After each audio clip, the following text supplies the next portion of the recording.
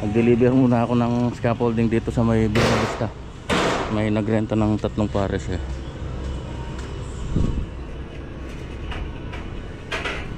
Umaambon na naman eh.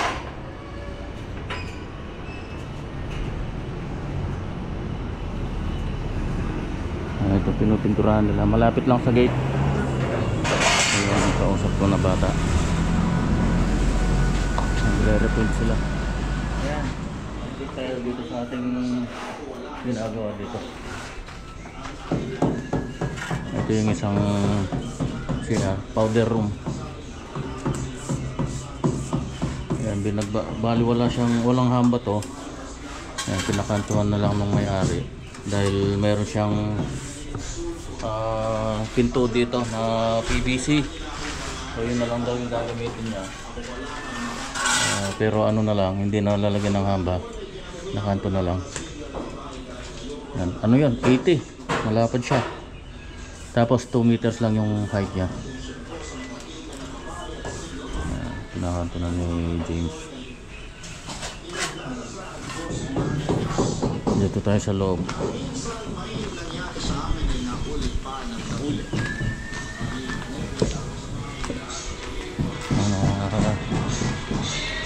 Halos patapos na rin ito. Yung laylayan na lang. Ayan.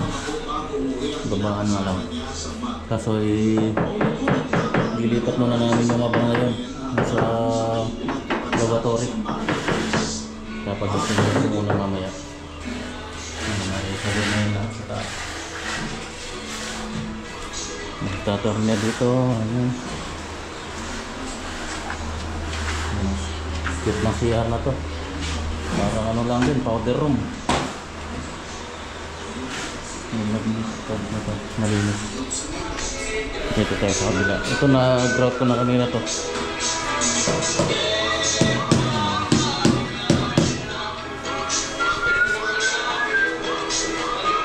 Random yung ano, yung grain ng tiles, yung kanyang hashtag. Hindi siya pare-parehas. Random lang design.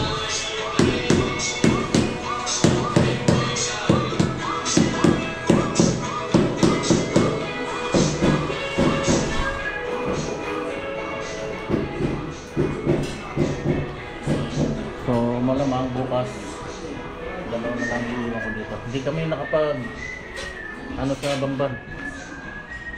Dito ko muna sila pinag-concentrate para matapos na itong mga siyang. Kahit yung mga wall lang may matitira dito yung floor. Tama na yung 2 tao dito. Bukas sila na lang magtutuloy dun sa floor tiles ng mga CR. Tapos ito pina-additional na ng may-ari. Pinapakanto na rin itong mga bintana. Kinantuhan kasi ito, isang side, yung sa labas hindi. Kung ano sana, kung pinlasteran na nila ito hanggang dito, kahit wala, hindi mo na kinanto, ayos na sana yun eh. May lalagay na yung bintana, kaso kinati pa. Hindi pa sinagad hanggang dito. Nagtira pa, bandira. Kung saan ang nilagyan ng butterboard dito, tapos pinlasteran. Tapos kahit dito lang kantuhin, dito sa kabila hindi mo na. Uubra na sana yun eh. May lalagay na yung bintana. Wala rin sa ayos yung pagkakakanto niya.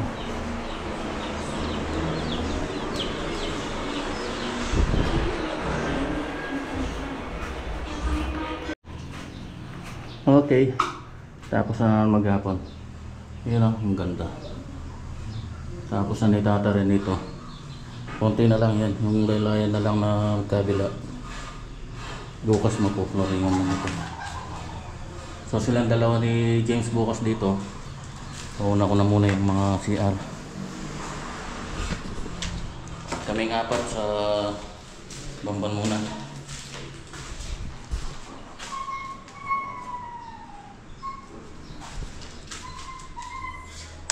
Yan ito. Marami-rami pa to. Nandito tayo sa farm. Pinatanim na pala ito. Ayan o, bilis. Tatapos nila. Sariwang sariwa yung ano. Yan ang kailangan, maulanan para maipit. Dapat maulanan pala. Linis oh. Masukal ka yan. kita pa magpagindikot. Wow.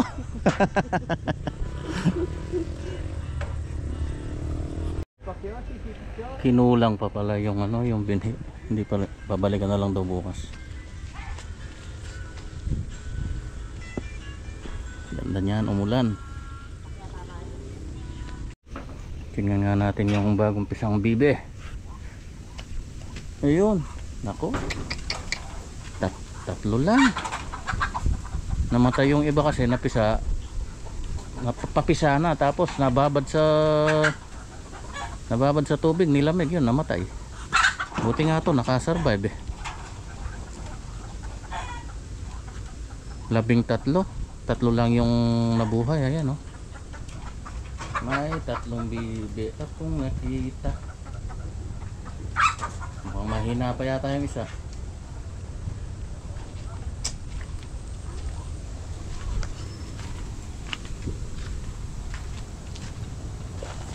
Yung mga anak natin oh. Hanggang dito na lang sila na nakakapangalkal. Hindi na sila pwede dito sa palaisdaan. Lalim na yung tubig eh. Ayan oh, ang dami nila. Ako, nabot na naman ng tubig yung mga kawayan ko dito.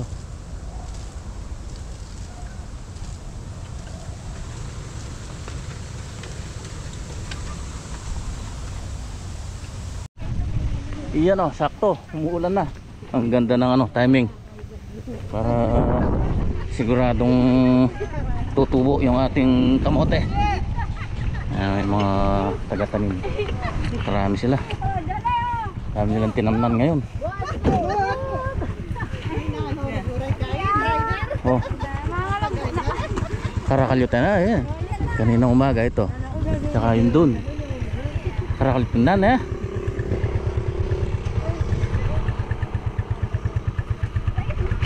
Marami sila. Oh, winato kami tapos na pagtanim. Ilan kayo lahat? Ilan tayo? 7 tayo. 18? May 9,000 bukan yan. 8 kami. 19. Oh. Dahil pala na 19. Kaya sadlit lang yung 1 hektarya eh. Yung 1,000 kaya nilang kitain sa araw. Yun. Yung battery niya ang ano. Battery. Ano kasi yun eh, pakyaw nila. Basta sabihin nila yung magkano yung presyo. Yun ang babayaran mo sa kanila na lahat.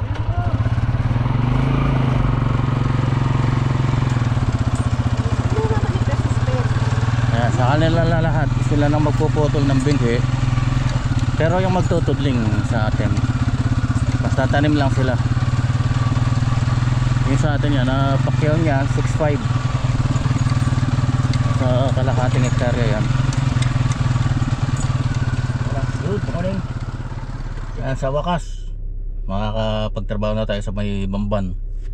Pinauna ko na yung 3 tropa doon, si Tuklaw, si Tonton at saka si JR. Pinasakay ko na sa kanila yung kulong-kulong. Tapos sila James at saka Tata Rene dito, pinatuloy ko yung pagtatayos ng CR sa kanila. Kaya gagaling ko lang doon, na instruct ko na sila. So tayo naman, tara sa Bamban. Ito na yung sinakyan ko, si Elantra. Okay, let's go.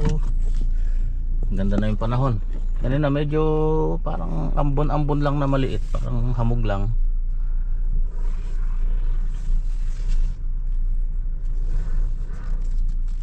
Yan, dito na tayo. Pinabili ko lang ng bakal yung tropa. Yan, yung pangbiga natin, 16mm at saka 10mm. Kulang pa yung mga stirrups eh. At tanggalin ko muna itong forma. Ayan, tamang tama oh, ganda ng panahon. Ayos. Mikat na yung haring araw. Sidlip ako kakain. Ay, kaninang break time, paka break time namin mulan. dito ako nagpahinga sa kotse.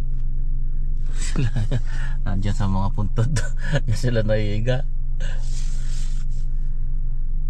So, alauna na. Medyo makulimlim pa. O yan, medyo nagdidilim yung kalangitan. Sana hindi matuloy. Sana matapos namin yung pagbabakal ng beam. Tara na.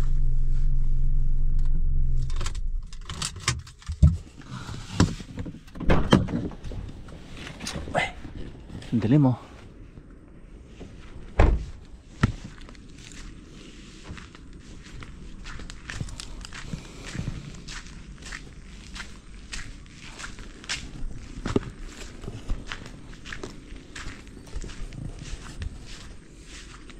Dito yung dalawa.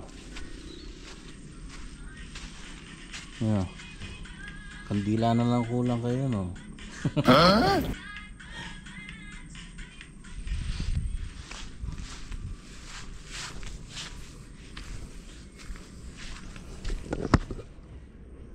Kung kukulangin pa itong buhangin natin, ah.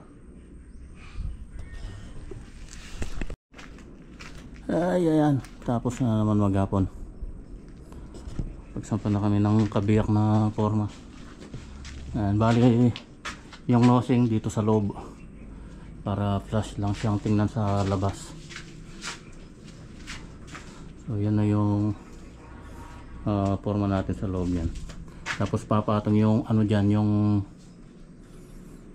steel deck. Hilig lang kami. Nakot na naman mga gamit.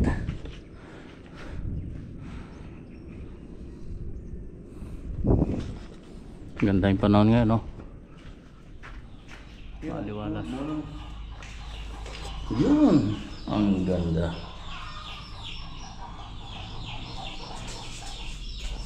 Ayos.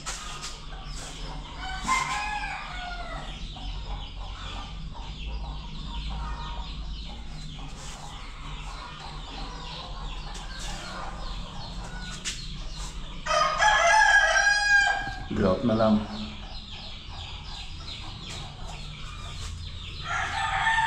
Sa kabila. Ayan, tapos na rin pala ito. Ayos. Nandito na rin yung mga water closet nila. Great volume. Hindi kaya babangga ito. Sabi ko pili sila ng medyo maliit para dun eh. Oo, sinabi ko na. Kasalit pang pinsi.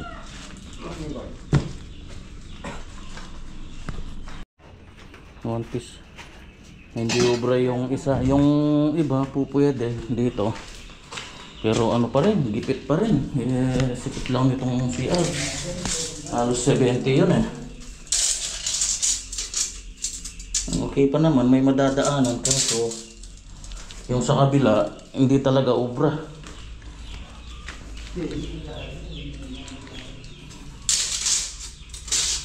Ayan o. Hanggang dito eh, yung pinto 70 rin yung pinto eh.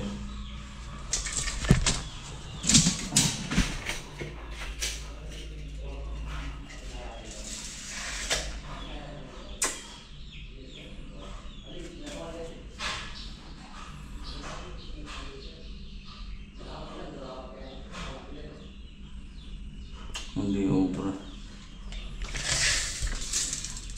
Dito pa lang oh. Panggana.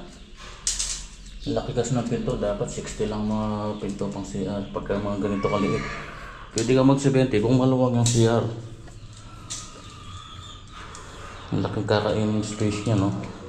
Kung palabas sana yung bukas, pwede. Dapat ito yung ginawang palabas ang bukas eh. Kasi masikip. Dito sana yung hampas niyan. Oh, ganda na.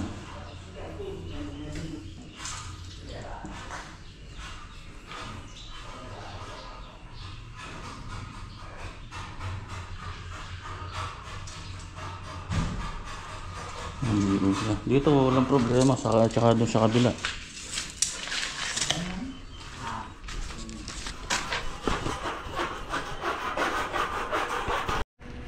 Yun o, yan, natapos na naman maghapon natin. May sumobrang konting ano, web deck, ayan. Kaya napauwi ko na para hindi nakalat dito. So, ito yung ating naging kaganapan ngayon.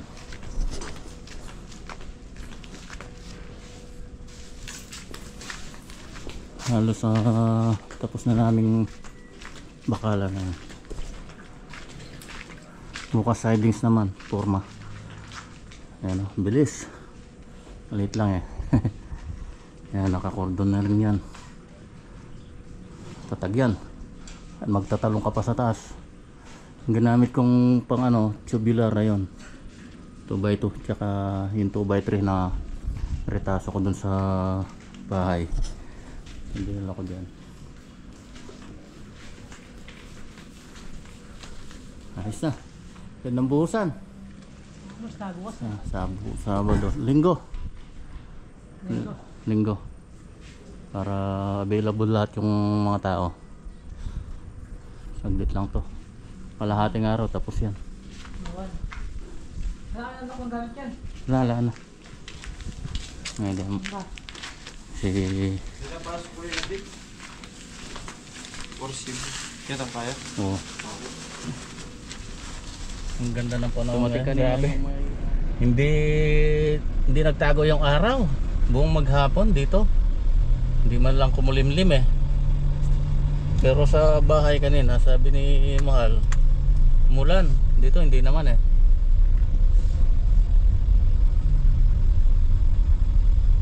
Diyos ko po.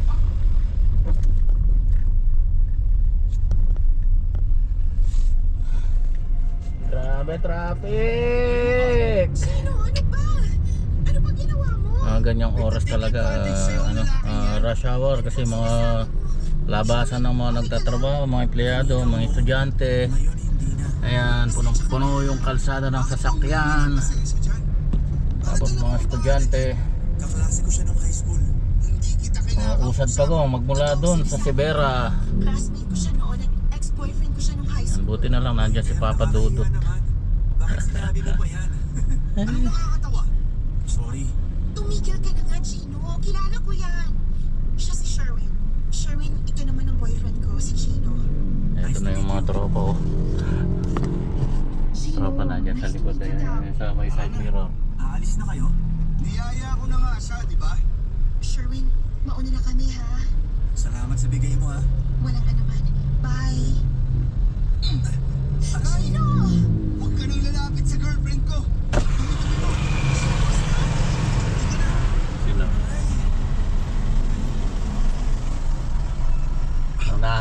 Unahan pa ako niyan. Kasi makakasingit-singit sila eh. Sinasabi ko na nga ba, hindi mapagkakataon. Good morning. Sabado nights. Ganda ng panahon. Ayan, tingnan nyo. Maaliwalas, mainit. Hintay ko lang yung tropa.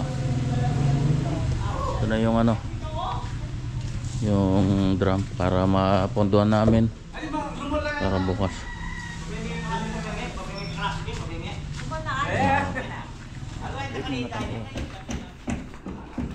Ilagay na namin yung isang siding stone. Tapos yung dito, ito na yun. Bali, itatapal na lang namin dito sa harap niyan. Tapos bubutas para may suot yung mga bakal. Yung bakal kasi nito, yung huling patong, nakalampas na dito para dun sa slab, ay ano, canopy. Hatipid tayo ng konti sa forma dahil dun sa gawing likod may sintada dun eh. May existing na ano dun, so hindi na tayo kailangan magforma. Sakto dun sa slab natin yung taas ng ano nila, asintada. So yun na lang susundin natin. Kape. Ay nako, kainitan. Yan. Handang-handa na ang buhusan. Ayan, ayos na. Alis na kami. tutuloy kami dun sa kabila. Maaga pa naman eh. Wala pang alas 3. Kala ko kanina matatapos namin bago man ang halian eh. Medyo nagalanganin kami.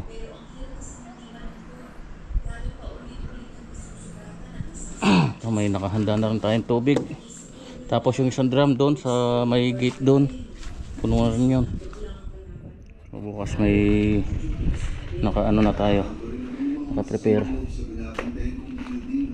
Ay, salamat. Nakapagpahinga na rin. So nag-ano lang kami dito sa project natin dito. Pinag-grout ko lang yung mga CR kanina, yung mga natapos na. Yun lang.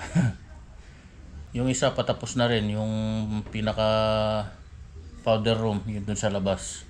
Yung dun sa 3 kwarto, yan tapos na lahat. Bali install na lang yung mga accessories niyan. Yung water closet, yung mga accessories na ano, bidet, shower, yan. Yung ibang mga angle bulb na yan, nailagay ko na. So bukas, yun, tayo lahat bubuhos. So palis muna kami ni Black Ninja. Bili kami ng, mamalingkin muna kami. Dahil bukas, pag maaga kaming natapos doon, dito na kami mananangalian. Papaluto na lang kay Mahal. Doon sa Kubo, mas masarap doon. Palis muna kami para makabili ng pang-ulam bukas. Ayan, abang-abang lang po hanggang sa susunod. Bye bye. Paki-like na lang po yung ating video. God bless us all.